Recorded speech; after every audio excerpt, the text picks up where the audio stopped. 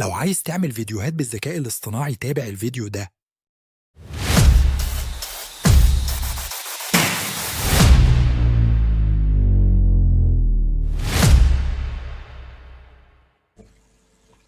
تابع معايا الفيديو ده وإن شاء الله أعلمك إزاي تعمل فيديوهات زي دي لشخصيات بتتكلم بالذكاء الاصطناعي، سواء بشخصيتك أو بأي شخصية أنت عايزها مجانا إن شاء الله.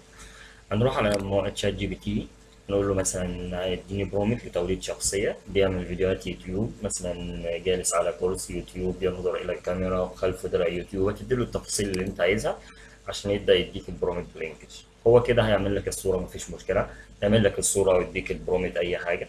هنستنى لما الصورة تظهر معانا. كده بعد ما الصورة ظهرت معانا هنعمل داونلود للصورة ونسيبها.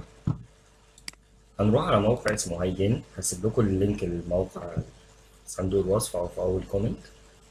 هنروح على الهوم بتاعة الموقع، هنسجل. لو أنت مش مسجل أكيد طبعا هيجيلك ساين أب، تعمل ساين أب بالجيميل بتاعك، أو ممكن تعمل بأي بريد مؤقت مفيش مشكلة. وهنضغط على فوتو تو فيديو ويز افاتار، هنحمل هنا الصورة اللي احنا عايزينها.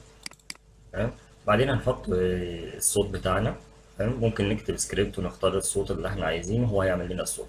بس احنا هنروح على موقع 11 لابس افضل، نكتب مثلا لو عايز تعمل فيديوهات ذكاء اصطناعي تابع الفيديو ده.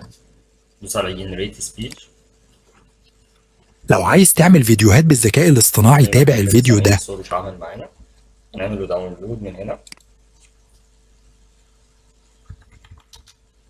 عملنا داونلود، نرجع تاني على الموقع، هنعمل ابلود او ريكورد اوديو، نعمل ابلود، نختار الصوت اللي احنا حملناه، ننتظر لحظات معانا لحد ما يترفع الصوت، هندوس اد اوديو، ندوس على جنريت الفيديو، هننتظر مثلا دقيقتين او ثلاثة ان شاء الله يكون الفيديو خلص وشغال معانا وبجودة عالية.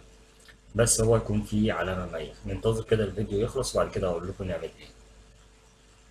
كده هو الفيديو خلص معانا، نفتح نشوفه. لو عايز تعمل فيديوهات بالذكاء الاصطناعي تابع الفيديو ده. كده الفيديو خلص، هنحطه على اي برنامج مونتاج ونكبر الفيديو، هتتشال معانا العلامة المائية اللي هي تحت دي. او في مواقع كمان ان شاء الله هشرحها لكم برضو، بترفع اونلاين وبترفع لها الفيديو بتشيل لك العلامة المائية دي مجانا. بس كده خلص الفيديو، سهل وبسيط في اقل من 3 دقايق. بس في معلومة أخيرة للتوضيح، الفيديوهات الموقع بيديك 3 فيديوهات بس مجانا، والفيديو أقصى حاجة بيكون 15 ثانية بس مش أكتر من كده. أكتر من كده لازم بتفعل النسخة المدفوعة. فأنت لو عندك فيديو أكتر من 15 ثانية، اللي بتعمل أكتر من بتقسم السكريبت على يعني 15 ثانية في 15 في 15، وكل ما يخلص الثلاث فيديوهات الفري بتوعك بتعمل أكونت جديد. بس كده. لو عجبك الفيديو اعمل لايك وكومنت وما تنساش تشترك في القناة.